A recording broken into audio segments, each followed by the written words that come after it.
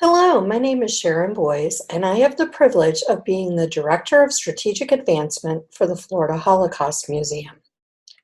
Today is the 2020 Giving Challenge, a 24-hour giving event presented by the Community Foundation of Sarasota County. We are raising money to support Holocaust education and virtual resources for teachers and students in response to COVID-19.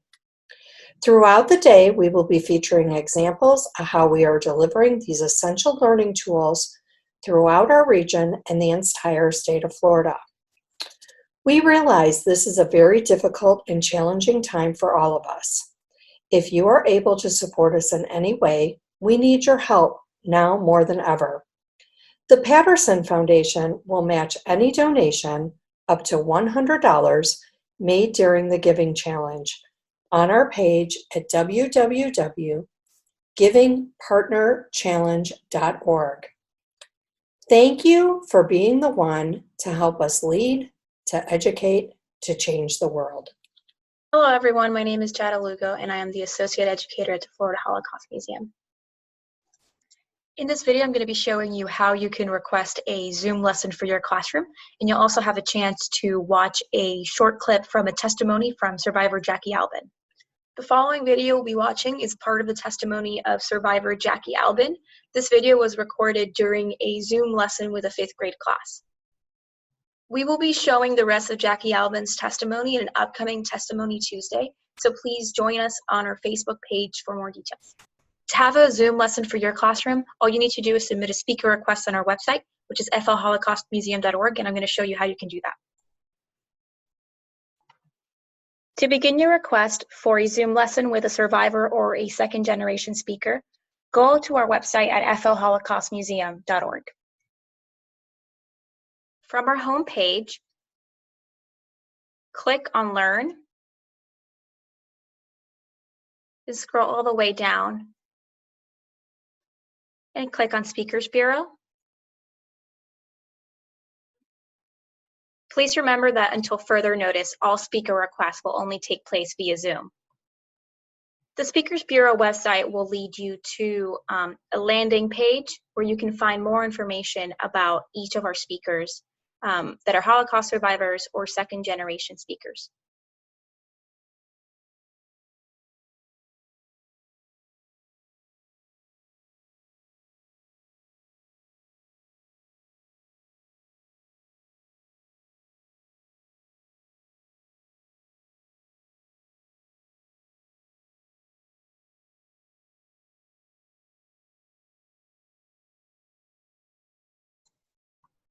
Clicking on that button will lead you to our speaker request form.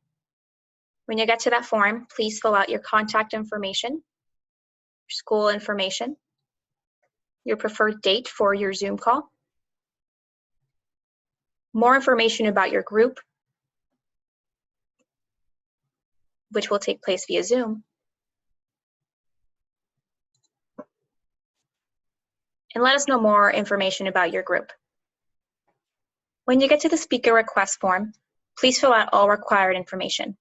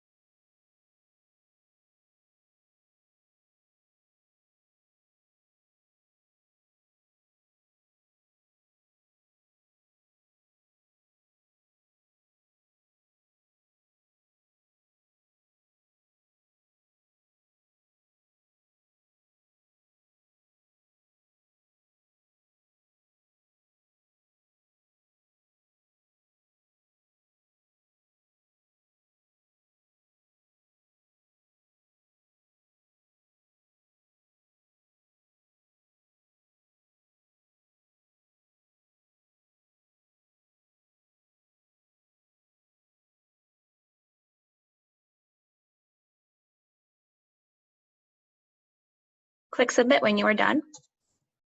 And that's it to request a speaker. After we receive your form, you'll be contacted by the Speakers Bureau to confirm the date that you have requested. But please remember that your reservation is not complete until we have confirmed it with you. So after you have submitted your request and we have reached out to confirm with you, we begin the process to schedule a speaker for your class. Once we have scheduled a speaker for your Zoom lesson, we create a Zoom meeting link that we will be sharing with teachers. We take care of all Zoom scheduling and technology, and all teachers would have to do is share the Zoom webinar or meeting link and joining instructions with students and their parents. All Zoom lessons take place in a private Zoom meeting or Zoom webinar format, which means that only teachers, students, the speaker, and the museum educator would have access to that meeting link. Students will be joining the meeting in view and listen only mode, which means that their cameras will not be on and their microphones will not be on, but they'll still be able to interact with the speaker using the chat function, which will be moderated by the museum educator and the teacher. We can also record the meeting so that you can share that with your students that were not able to attend. If you have any more questions about our Zoom with a Survivor and Zoom lesson program, please don't hesitate to reach out to us in the education department. If you're interested in other virtual resources that we have to offer, please visit our website at flholocaustmuseum.org and click on the Learn tab, and you can find all of our virtual resources, which includes our Zoom lessons, but also our virtual tour of our permanent exhibition. And if you're interested in watching the rest of Jackie Albin's testimony, please join us in another Testimony Tuesday here on our Facebook page. Good morning. This is something new for me as well, and I'm a little nervous, so you'll forgive me for that. Anyways, you know, I was a very young child during the Holocaust, so of course that's going to affect my story. I understand that you read Number of the Stars, so you've read about Denmark and its courageous people that helped the Jews survive. And my story is really about also those people, which we call upstanders, who helped my family and I, and that's really the basis of my story. Now, first I want to say that if you went to the museum and had a docent to guide you, they would tell you that there were 4 different kinds of people during the Holocaust. There were the victims, there were the perpetrators, there were the upstanders, and the bystanders. And my story is really about upstanders. I'm going to start a little bit by telling you a little bit of my background. I am French. My father was French. My mother was originally German. My father was born in a part of France that has gone back and forth between Germany and France over the years. So, for example, in 1870, French lost a war, so therefore the Alsace, which is the region, went back to Germany. And in 1918, the German lost the First World War, so that part of France went back to France. And what I didn't know for many, many years, it suddenly struck me that both my grandparents, even the one who was a very patriotic Frenchman, had fought for Germany during the First World War. Anyway, so that's a little background. Well, my mother was born in 1911, and when Hitler came to power, and he came to power in 1933, she left Germany. In 1934, she was in her early 20s, and she went to France. And she didn't have any kind of profession, so she had to do things like be a nanny, and then she sewed other people clothes for other people. And so for that reason, she was always very intent that my sister and I should have a profession, should further our education, because she wanted us to be able to support ourselves no matter what. So that was a very important thing, but that's a little later on. Anyways, my mother met my father in 1936. They got married, and I was born in 1937. Now, a little background also on my father.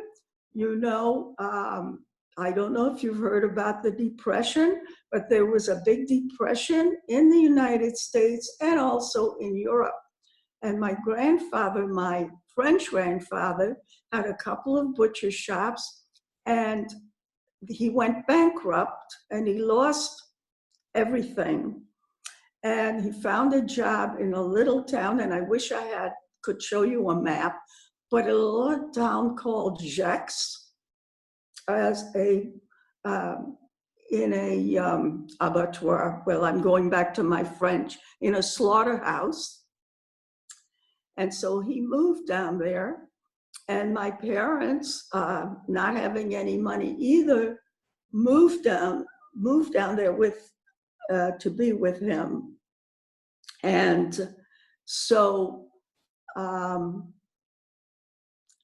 anyways, that's what happened. So that's why I lived with my paternal grandparents for the first 5 years of my life. Now, you know, the Second World War started in September of 1939, and my father, being a French citizen, was drafted into the army. And that was what we call the phony war, because it was over, I believe, in June of 1940. And France was divided in two parts. One was what they call the occupied part, and one was the unoccupied part. But it was led by a puppet government, and which really listened to the Germans and to what they wanted to do. Anyways, we were in the occupied part. My father was in the unoccupied part, so-called unoccupied part. And we lived in this small town called Gex, and the German headquarters were across the street from me. And as a very young child, because I was between 2 and 5, I still remember the sentries walking up and down across the street from our apartment.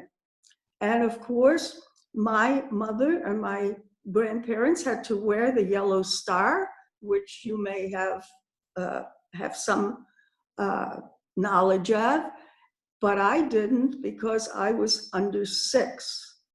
Well, my mother wasn't allowed to travel because she was Jewish, of course, and she wanted to rejoin my father, but she couldn't travel. So this is where our first upstander comes in.